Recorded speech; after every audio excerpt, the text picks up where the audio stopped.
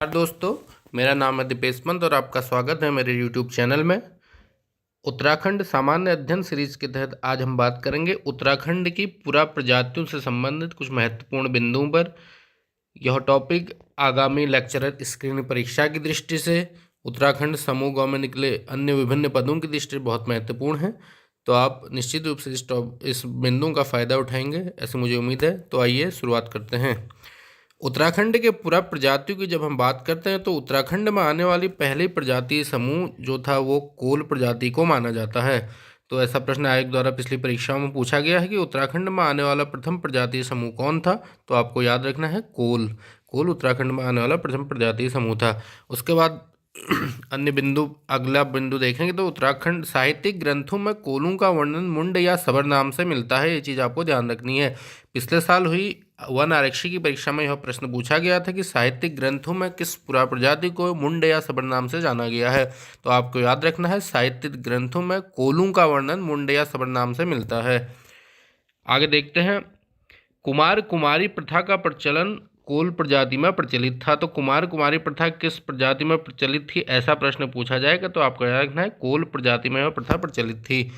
शिव प्रसाद डबराल कोल या मुंड प्रजाति को उत्तराखंड क्षेत्र की प्राचीनतम प्रजाति मानते हैं। प्रश्न आयोग ऐसे भी पूछ सकता है कि शिव प्रसाद डबराल के अनुसार हिमालय क्षेत्र या उत्तराखंड की प्राचीनतम प्रजाति कौन थी, तो आपको याद रखना है वो थी कोल प्रजाति। सीधे प्रश्न पूछेगा उत्तराखंड की प्रथम प्रजाति समूह कौन था, तब भी कोल ही उत्तर होगा। और शिव प्रसाद डबराल के अनुसार अगर पूछा जाएगा तब भी कोल ही उत्तर होगा। ये चीज़ आपको ध्यान रखनी है। आगे देखते हैं अगली प्रजाति के बारे में। अगर यहाँ पर बात करें तो उत्तराखंड में कोलों के बाद किरात प्रजाति का आधिपत्य हुआ। कोलों के बाद उत्तराखंड में किरात प्रजाति पाई जाती थी। जॉर्ज गियर्सन के अनुसार उत्तराखंड की प्राचीनतम जाति किरात थी। ये बहुत महत्वपूर्ण पॉइंट है, इसको आपको ध्यान से देखना है कि जॉर्ज गियर्सन के अनुसार उत्तराखंड की प्राचीन जाति किरात थी। प्रश्न आयोग ऐसा पूछ सकता है कि जॉर्ज गियर्सन ने किस प्रजाति को उत्तराखंड की प्राचीनतम प्रजाति माना है, तो आपको उसमें याद रखना है, उसमें आपका उत्तर होगा किरात। सीधे अगर प्रश्न पूछा जाएगा कि उत्तराखंड की प्राचीनतम प्रजाति कौन थी, तो उसमें तो आप उत्तर यही लिखेंगे कि कोल प्रजाति, या शिव प्रसाद डबराल के अनुसार भी पूछा जाएगा तब भी उत्तर होगा कोल। लेकिन अगर जॉर्ज गियर्सन के अनुसार अगर आपसे पूछा जाता है कि जॉर्ज गियर्सन के अनुसार उत्तराखंड आने वाली प्रथम प्रजाति समूह कौन था, तो आपको उसमें उत्तर लिखेंगे किरात प्रजाति। आगे देखते हैं, किरातों को किन्नर या कीर नाम से भी जाना जाता है। किन्नर या कीर नाम से कौन सी प्रजाति जानी जाती है, किरात प्रजाति। स्कंद पुराण में किरातों को भिल्ल कहा गया है। स्कंद पुराण में किस प्रजाति को भिल्ल नाम से उल्लेखित किया गया है, यह अगर पूछा जाएगा तो आपको याद रखना है किरात प्रजाति को। अगर इनकी भाषा की बात करें तो किरातों की जो भाषा थी वो थी मुंडा भाषा। मुंडा भाषा किस प्रजाति की भाषा थी, किरात प्रजाति की। और इनका मुख्य खाद्य पदार्थ, किरात प्रजाति का मुख्य जो खाद्य पदार्थ था वो था सत्तू। आगे देखते हैं, मेगास्थनीज की इंडिका के अनुसार 4वीं सदी ईसा पूर्व के आसपास इस क्षेत्र में किरातों का उल्लेख मिलता है। मेगास्थनीज की अगर बात करें, मेगास्थनीज मौर्यकालीन एक इतिहासकार थे जो सेल्यूकस निकेटर के राजदूत के रूप में चंद्रगुप्त मौर्य के दरबार में आए थे। तो मेगास्थनीज मौर्यकालीन, जब आप भारतीय इतिहास में मौर्य काल पढ़ेंगे तो उसमें आपको मेगास्थनीज का वर्णन मिलेगा। उनके द्वारा एक पुस्तक लिखी गई जिसका नाम था इंडिका। तो मेगास्थनीज के द्वारा लिखी गई पुस्तक इंडिका के अनुसार 4वीं सदी ईसा पूर्व के आसपास इस क्षेत्र मतलब वर्तमान उत्तराखंड क्षेत्र में किरात जाति का उल्लेख मिलता है।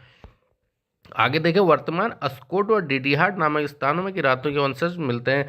अस्कोट और डिडिहाट नामक जो स्थान पड़ते हैं वो पड़ते हैं वर्तमान पिथौरागढ़ जिले में। पिथौरागढ़ के उच्च हिमालयी क्षेत्रों में किरातों के वंशज वर्तमान में रहते हैं। ये चीज़ आपको ध्यान रखनी है।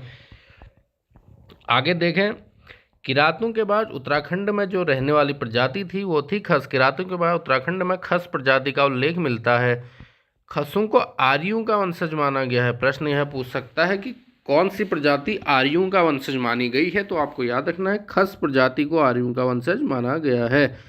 बृहत संहिता में खसों को तंगा नाम से संबोधित किया गया है। तो यह बहुत महत्वपूर्ण पॉइंट है कि बृहत संहिता एक हमारा ग्रंथ है, हमारा पौराणिक ग्रंथ है, उसमें किस प्रजाति को तंगा नाम से उल्लेखित किया गया है, तो वो किया गया खसों को। या बृहत संहिता में खसों को किस नाम से उल्लेखित किया गया है या क्या कहा गया है, तो बृहत संहिता में खसों को तंगा कहा गया है, ये चीज़ आपको ध्यान रखनी है। आगे बढ़ते हैं। खस जाति जो थी वो गुप्तकालीन थी, गुप्तकाल से संबंधित। जब भारत में गुप्त वंश का साम्राज्य चल रहा था तो उस समय उत्तराखंड वाले क्षेत्र में खस जाति का उल्लेख मिलता है। खस जाति में कुछ प्रथाएं प्रचलित थी, उनके बारे में अगर बात करें तो खस जाति में घर जवाई प्रथा, टिकुआ प्रथा, झटेला प्रथा, ये प्रथाएं किस जाति में प्रचलित थी, ऐसा प्रश्न आ सकता है कि घर जवाई प्रथा, टिकुआ प्रथा, झटेला प्रथा राज्य की किस पूरा प्रजाति में प्रचलित थी, तो आपको याद रखना है यह थी खस प्रजाति में। इसके बाद एक महत्वपूर्ण बिंदु और देखें कि खस प्रजाति के लोग अपनी बड़ी पुत्रियों को मंदिर में दान दे देते थे, यह भी एक प्रकार की प्रथा थी। आप इतिहास में पढ़ेंगे देवदासी प्रथा, इसको क्या कहा जाता था, देवदासी प्रथा। तो देवदासी प्रथा किस प्रजाति में प्रचलित थी, ऐसा भी प्रश्न पूछा जा सकता है, तो आपको याद रखना है देवदासी प्रथा खस प्रजाति में प्रचलित थी। इस प्रथा के अंतर्गत खस लोग अपनी बड़ी पुत्री को मंदिर में दान कर देते थे। आगे बढ़ते हैं। खसों के बाद उत्तराखंड में शक प्रजाति का उल्लेख मिलता है, खसों के बाद शक जाति का उल्लेख मिलता है। शक जाति जो थे मूल रूप से पश्चिमी एशिया की जाति थी जो उत्तराखंड में आई, उत्तराखंड वाले क्षेत्र में आई, और ये मूल रूप से अश्वपालक जाति थी। खस जाति का व्यवसाय जो था वो घोड़ों को पाला करते थे, अश्वपालक जाति थी। अगर ऐसा प्रश्न पूछा जाएगा कि उत्तराखंड में पाए जाने प्राचीनतम प्रजातियों में कौन सी प्रजाति अश्वपालक थी, तो आपको याद रखना है शक जाति अश्वपालक थी।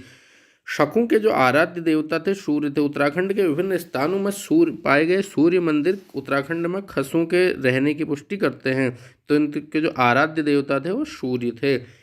इतिहासकार राहुल सांस्कृत्यायन के अनुसार खस तथा शक एक ही जाति थी, मतलब राहुल सांस्कृत्यायन ने खस तथा शक को एक ही जाति माना है। उसने राहुल सांस्कृत्यायन जी के अनुसार खस शब्द ही बाद में अपभ्रंश होकर शक नाम से परिवर्तित हो गया, तो इतिहासकार राहुल सांस्कृत्यायन ने खस और शक को एक ही जाति माना है।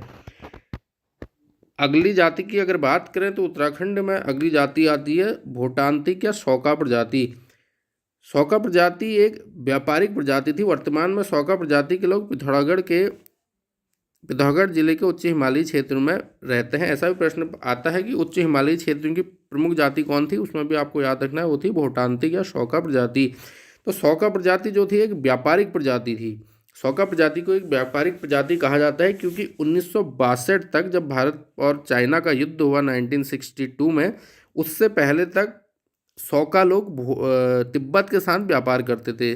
चूँकि तिब्बत पिथौरागढ़ जिले से लगता हुआ सीमा लगती है तिब्बत की, तो उस 1962 तक भारत चाइना युद्ध से पहले भोटिया जाति लोग तिब्बत से व्यापार करते थे, यह चीज़ आपको याद रखनी है। और भोटिया जाति के समूह के बारे में अगर बात करें तो इनके समूह को कूंच कहा जाता है। कूंच किस जाति के समूह को कहा जाता है, तो आपको याद रखना है भोटिया जाति के समूह को कूंच कहा जाता है। भोटिया जाति में एक प्रथा प्रचलित है रणबण प्रथा, तो प्रश्न यह आ सकता है कि रणबण प्रथा का संबंध किस जनजाति से है, तो आपको याद रखना है भोटिया जनजाति से है। अगला पॉइंट देखें। भोटिया जनजाति के लोग वर्षा के देवता के रूप में घुरमा देवता की पूजा करते थे। यह प्रश्न बहुत डीप है, लेकिन आयोग के वर्तमान पैटर्न को देखते हुए आश्चर्य नहीं होना चाहिए कि आयोग के इस तरह के भी प्रश्न पूछे जा सकते हैं। तो आपको याद रखना है वर्षा के देवता के रूप में भोटिया जाति के लोग घुरमा देवता की पूजा करते थे। और इसी में अगले पॉइंट की अगर बात करें, संपत्ति व्यापार के देवता के रूप में किस देवता की व्यापार करते थे, तो आपको याद रखना है घबला देवता की। भोटिया जाति के लोग वर्षा के देवता के रूप में घुरमा देवता की तथा संपत्ति व्यापार के देवता के रूप में घबला देवता की पूजा करते थे। तो आज की इस वीडियो में उत्तराखंड की पुरा जातियों से संबंधित कुछ महत्वपूर्ण पॉइंट यहाँ पर शामिल किए गए थे। मुझे उम्मीद है ये पॉइंट आपके आगामी परीक्षाओं की दृष्टि से फायदेमंद साबित होंगे। अगर आपको वीडियो पसंद आई हो तो वीडियो को लाइक कीजिए, शेयर कीजिए और ज़्यादा से ज़्यादा लोगों तक पहुँचाने का प्रयास कीजिए। बहुत बहुत धन्यवाद।